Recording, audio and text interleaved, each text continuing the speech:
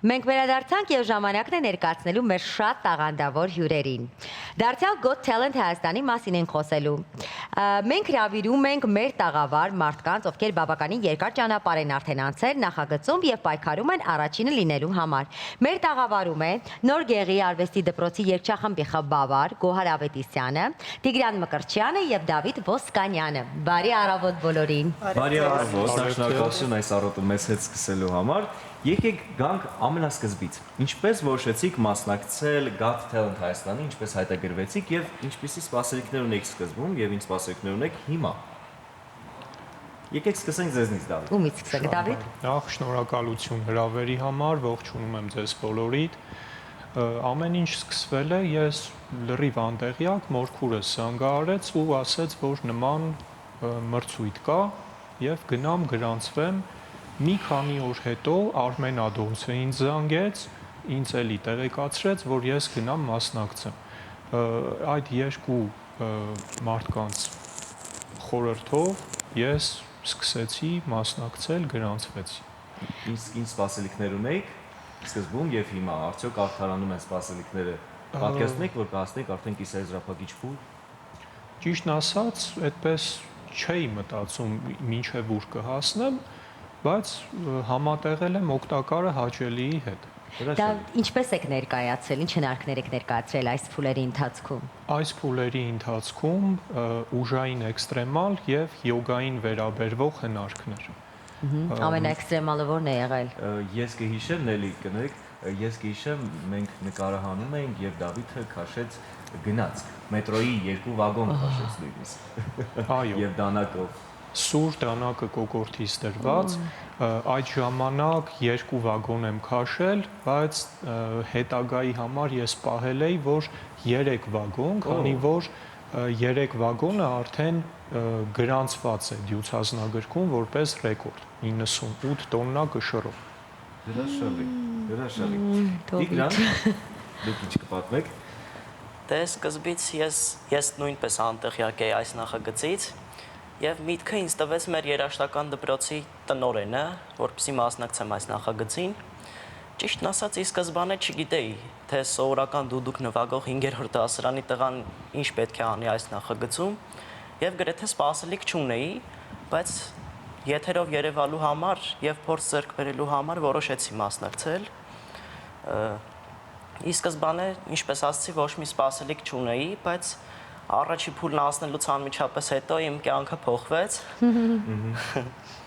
Եվ ես արդեն չէի ուզում դուրս մնալ նախագծից եւ պետք է մի բան մտածեի, որպեսզի գրավեի հանդիսատեսին, ժյուրիին եւ որոշեցի պատրաստել բանջարեղենից գործիքներ եւ պատրաստեցի գազերը երկրորդ փուլի համար։ Գազերով ելույթ ունեցա։ Իսկ երրորդ փուլի համար արդեն ավելի ստացված գործիք մտածեցի դդում սաքսոֆոնը, որը նույնպես ներկայացա։ Հրաշալի, մարդը ով կարողանում է ձայն արձակել, ձայն չարձակող գործիքներից իրերից։ Բանջարեղենից։ Գաղափարը մայրիկինս էր, անկեղծ։ Եվ իրան գործեցինք ես ու հայրս։ Հրաշալի գաղափար է։ Հիանալի։ Գոհար, մի փոքր դուք խոսեք, քանի որ երգչախումբ բավականին շատ այսպես մարդիկ, ինչպես են ընթանում ձեր փորձերը, դուք ինչպես որոշեցիք մասնակցել։ Նախ շնորհակալություն եմ ուզում հայտնել եւ ձեզ հրավերքի համար եւ Շանթ հեռուստաընկերությանը Got Talent Հայաստանը նորից վերսկսելու առիթով դպրոցին հայտ էր եկել, ուղղակի միշտ այդպես գալիս են հայտեր մրցույթների, բայց մի փոքր շփոթմունք էր տեղի ունեցել, գրված էր թաքնված տաղանդ, իսկ քանի որ երգչախմբերը սովորաբար մասնակցում են դասական, ոճի մրցույթներին, այդպես գրանցվեցինք, արդեն փուլերը հաղթահարելու ընթացքում հասկացանք, որ ուր ենք եկել, բայց շատ ոգևորված ենք, այսինքն նախընտրական փուլին արդեն հասկացա, որ դասական ֆորմատի շատ արագ որոշեցինք, տրանսֆորմացվեցինք եւ ճիշտ նշեցիք, երգչախումբը բավականին բարդ է կառավարել, հատկապես հեռուստանախագծի շրջանակներում, բայց իմ նպատակը մեկն էր երեխաներին մոտիվացնել եւ քանի որ գիտեք մարզերում մի փոքր այդ մտածելակերպը կա, որ եթե ես լինեի Երևանում, սովորեի Երևանում, կլինեի ինչ-որ մի նախագծում, որոշեցի երեխաներին այդ մեծ հնարավորությունը ընձեռել եւ շատ ուրախ եմ, որ լինելով Նորգեղի արվեստի դպրոցի երգչախմբի ղեկավար, իմ սաները եկան, հաղթահարեցին եւ հիմա արդեն կիսա եզրափակում են։ Ինչ վիճակ է Նորգեղիում, ոգևորվածությունը, ինչպես է սպասում ամեն մի փուլին։ Երեխաները, ծնողները, ողջ կոլեկտիվը, բոլորը շատ եւ անակնկալ էր իրենց համար։ Եվ նշեմ, որ Հայաստանում չկա որևէ հեռուստանախագիծ, որտեղ դպրոցական երգչախումբ գնա եւ անցնի այս փուլերը։ Այսինքն ես կարծում եմ մեծ մասս, հա, այսպես ասեմ, նույնիսկ չենք պատկերացնում, որ այո, կարելի է նաեւ երգչախումբը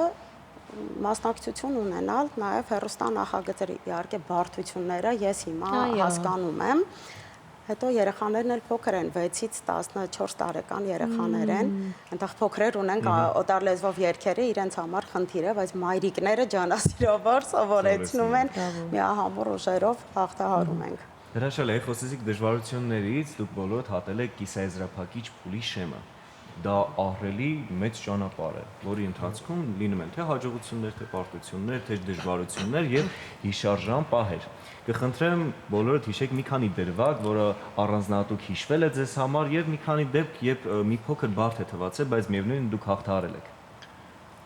Հենց վերջի կատարումը երրորդ փուլի համար ես